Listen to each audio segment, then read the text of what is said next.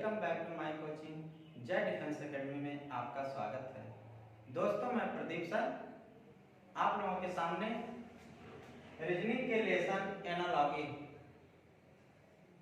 से कुछ important question लेके आया हूं जो कहीं ना कहीं प्रीवियस ईयर में पूछा हुआ है और मुझे आशा है कि आप लोग इस वीडियो को अगर लास्ट तक देखते हैं तो आने वाले अन्य प्रतियोगी परीक्षा में आपके लिए कहीं ना कहीं महत्वपूर्ण जरूर होगा।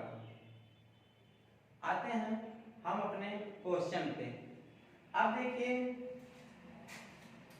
हम एनालॉजी का जो फर्स्ट टाइप है शब्द सादृश्यता, इसमें अनेक टाइप हैं लेकिन मैं क्रम वाइज आपको टाइप वाइज क्वेश्चन करवाता चलूंगा, आगे बढ़ूंगा। देखिए हमारा फर्स्ट टाइप है शब्द सादृश्यता। इसमें पहला क्वेश्चन है, जिस तरह पोशाक का संबंध दर्जी से है उसी तरह किसका संबंध बढ़ई से होगा। एक प्रीवियस ईयर का क्वेश्चन है, आप लोगों को इजी लग रहा होगा लेकिन रीजनिंग में कहीं ना कहीं ऐसे ही क्वेश्चन बनते हैं और धीरे धीरे हम इजी टू मॉडरेट क्वेश्चन करेंगे। अब देखिए यहाँ पे पोशाक है। पोशाक जो कपड़ा कोई भी पहनने वाला ड्रेस उसको पोशाक कहा जाता है और इसको तैयार कौन करता है? दर्जी। तब बताइए बढ़ई किस चीज को तैयार करेगा? ऑप्शन में आते हैं, पहला ऑप्शन है लकड़ी, दूसरा ऑप्शन बी है आपका फर्नीचर, यहाँ पे है ऑप्शन सी चमड़ा, ऑप्शन डी है कपड़ा। अब देखिए जब यहाँ पे पोशाक का संबंध दर्जी से है उसी तरह किसका संबंध बढ़ई से होगा पूछा है। अब देखिए क्या लकड़ी बढ़ई बनाता है? नहीं, ये प्राकृतिक देन से है इसलिए लकड़ी नहीं होगा। इसको ऑप्शन को गलत करते हैं। आते हैं ऑप्शन बी पे। ऑप्शन बी है हमारा फर्नीचर।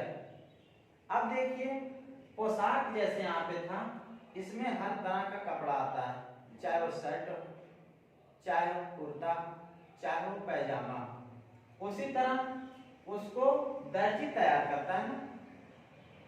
सेम एयर कंडीशन यहाँ पे हम आते हैं ऑप्शन बी पे फर्नीचर। अब देखिए फर्नीचर कौन बनाता है? बढ़ई। अब फर्नीचर में उसी तरह हर पार्ट आते हैं, जैसे कुर्सी हो गया, टेबल हो गया, मेज हो गया, तख्ता हो गया, इसी तरह। तो हमारा इसके अनुसार हमारा ऑप्शन बी सही होता है, तो हम ऑप्शन बी को लॉक कर देंगे। अब जब हमारा ऑप्शन ए सही हो गया तो आगे बढ़ने की कोई जरूरत नहीं, फिर भी हम ऑप्शन को चेक कर लेते हैं।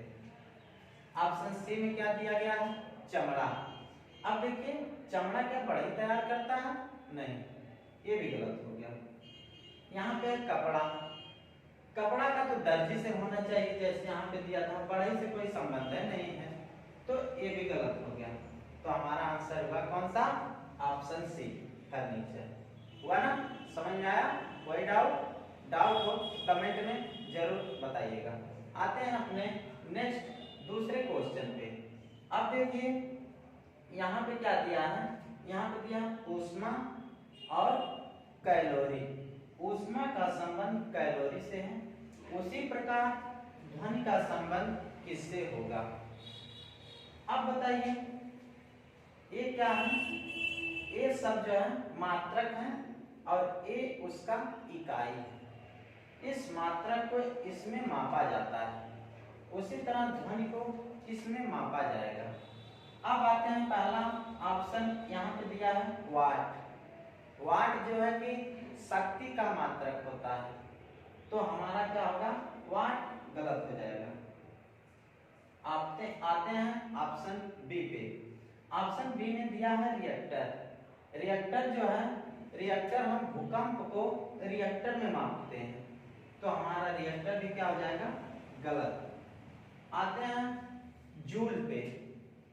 ये जो है कि ऊर्जा का इकाई होता है जूल, तो ये भी हमारा हो गया ऑप्शन गलत। अब हमारा बचा है ऑप्शन सिर्फ एक, वो भी है डी, क्या है, डेसिबल। तो ध्वनि की जो इकाई है उसको हम डेसिबल में मापते हैं, तो हमारा ऑप्शन कौन सा सही होगा, डी। हमारा देखिए ऑप्शन डी सही हो गया।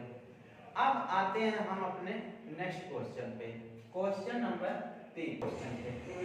तीसरा क्वेश्चन क्या दिया गया है, देखिए रंग का संबंध लाल से, उसी प्रकार भाषा का संबंध किससे होगा, ये एसएससी में पूछा है।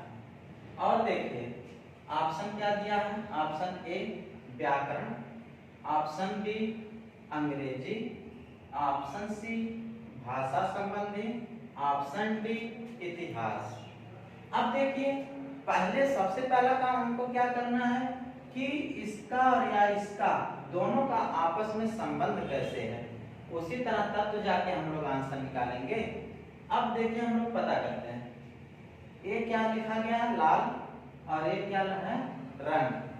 तब देखिए लाल एक तरह से क्या होता है, रंग होता है। रंग में अनेक कलर होते हैं, उसी एक कलर में से यहाँ लाल लिख के उसका संबंध रंग से दे दिया। और यहाँ पे क्या दिया है, भाषा, भाषा का संबंध किससे होगा। अब देखिए व्याकरण, पहला ऑप्शन ए है ना, तो यहाँ पे दिया है व्याकरण। व्याकरण चाहे हिंदी हो, चाहे इंग्लिश हो या अन्य कोई भाषा हो, उसमें व्याकरण जरूर होता है। तो यहाँ पे हमारा व्याकरण क्या होगा, सही नहीं होगा, तो इसको हम गलत कर देते हैं। उसके बाद आते हैं अंग्रेजी, ऑप्शन बी पे। ये जब यहाँ पे हम अंग्रेजी लिखेंगे तो अंग्रेजी एक तरह से क्या है, भाषा है। जैसे यहाँ पे लाल एक तरह का रंग है, उसी तरह यहाँ पे अंग्रेजी क्या हो जाएगा, एक तरह का भाषा। तो यहाँ पे ऑप्शन बी क्या हो जाएगा, हमारा सही हो जाएगा। लेकिन अब यहाँ पे देखिए भाषा संबंधी, इतिहास, इसका कोई भाषा से तो संबंध है ही नहीं। ये सब जो है कोई सब्जेक्ट है, ये भाषा संबंधी प्रश्न कर रहा है, तो ये दोनों हमारा ऑप्शन क्या होगा, नहीं होगा। तो हमारे क्वेश्चन नंबर 3 में कौन सा ऑप्शन सही हुआ, ऑप्शन बी। अब आते हैं हम इसके बाद नेक्स्ट क्वेश्चन पे, चौथा क्वेश्चन, हमारा क्वेश्चन नंबर 4। अब देखिए यहाँ पे क्या है, घर का संबंध रसोई से है। घर का संबंध किससे है, रसोई से। उसी तरह पौधा का संबंध किससे होगा।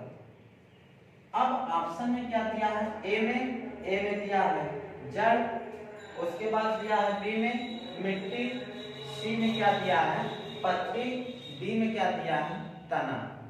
अब देखिए घर में जो भोजन तैयार होता है उसका स्थान क्या होता है, रसोई।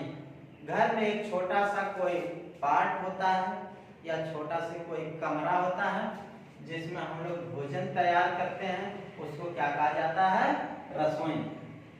तो घर में जितने भी सदस्य होते हैं उनके लिए जो कि भोजन तैयार किया जाता है कहाँ पे, रसोई में। उसी तरह यहाँ पे पौधा है, पौधा का भोजन कहाँ से तैयार किया जाता है, कहाँ से होगा। आते हैं ऑप्शन ए। ऑप्शन ए में जड़, जड़ से तो हम लोग खनिज और पानी, ये जो पेड़ है हम लोग यही जानते हैं कि जड़ से खनिज और पानी पेड़ क्या करता है, ग्रहण करता है। तो यहाँ से तो भोजन तैयार हुआ नहीं, ऑप्शन ए गलत। अब आते हैं ऑप्शन बी पे, मिट्टी, मिट्टी से तो भोजन तैयार होता नहीं है पौधे का, ये भी हो गया ऑप्शन गलत। अब आते हैं सी पे। सभी लोग जानते होंगे कि पौधे अपना भोजन कहाँ से तैयार करते हैं, पत्ती, पत्तियों द्वारा, जो कि पत्तियां क्लोरोफिल के कारण क्या होती हैं, हरी होती है और उसमें छोटे छोटे रंध्र होते हैं। जब छोटे छोटे यहाँ पे रंध्र होते हैं तो उसमें प्रकाश की उपस्थिति में पौधा क्या करता है, अपना भोजन तैयार करता है। तो हमारा ऑप्शन सी क्या हो जाएगा, सही, पत्ती। और डी पौधे का एक पार्ट है, जो तना है ना, पौधा का एक पार्ट है, यहाँ से भोजन तैयार नहीं होता। अब आते हैं हम अपने नेक्स्ट क्वेश्चन पे। यहाँ तक जितना क्वेश्चन करवाया गया कोई डाउट नहीं है ना। हम लोग इसी तरह आप लोगों के सामने नए नए क्वेश्चन और प्रीवियस ईयर के क्वेश्चन जो एग्जाम में पूछता है मैं लेकर आता रहूँगा, टॉपिक वाइज टाइप वाइज करवाता रहूँगा। अब आते हैं हम अपने नेक्स्ट क्वेश्चन पे, पांचवें क्वेश्चन पे। अब देखिए यहाँ पे पांचवें क्वेश्चन में दिया भेड़ का संबंध मटन से है, तो हिरण का संबंध किससे होगा। आप सोचिए कि किस तरह का कहां से क्वेश्चन उठा रहा है। अब यहाँ क्या है, पशु एवं उनके मांस। अब यहाँ पे देखते हैं भेड़ के मांस को क्या कहा जाता है, मटन। उसी तरह हिरण के मांस को क्या कहा जाएगा। आते हैं ऑप्शन ए पे, यहाँ पे दिया है बीफ। बीफ जो है कि गाय का मांस होता है, तो ये तो गलत हो जाएगा। आते हैं मीट। मीट जो है कि बकरे को मांस को कहा जाता है मीट, ये भी गलत हो जाएगा। आते हैं हम ऑप्शन सी पे, व्यंजन। तो हिरण के मांस को क्या कहा जाता है, व्यंजन, तो ये हमारा सही हो जाएगा। आते हैं ऑप्शन डी पे, यहाँ दिया फ्लेश। फ्लेश ये जो कि सुअर के मांस को फ्लेश कहा जाता है, ये भी गलत हो जाएगा। आप सोचिए यही क्वेश्चन एसएससी ने पूछा है प्रीवियस ईयर, आप कहीं ना कहीं सर्च मारेंगे तो जरूर मिलेगा आपको, एसएससी में क्वेश्चन पूछा है। इसी तरह जो है कि मैं हर क्वेश्चन आप लोगों के लेकर आता रहूँगा, और मुझे आशा है कि पूरा क्लास आप लोगों को जरूर समझ में आया है। और मेरे चैनल को सब्सक्राइब करना ना भूलें, बेल आइकन जरूर दबा दें। धन्यवाद।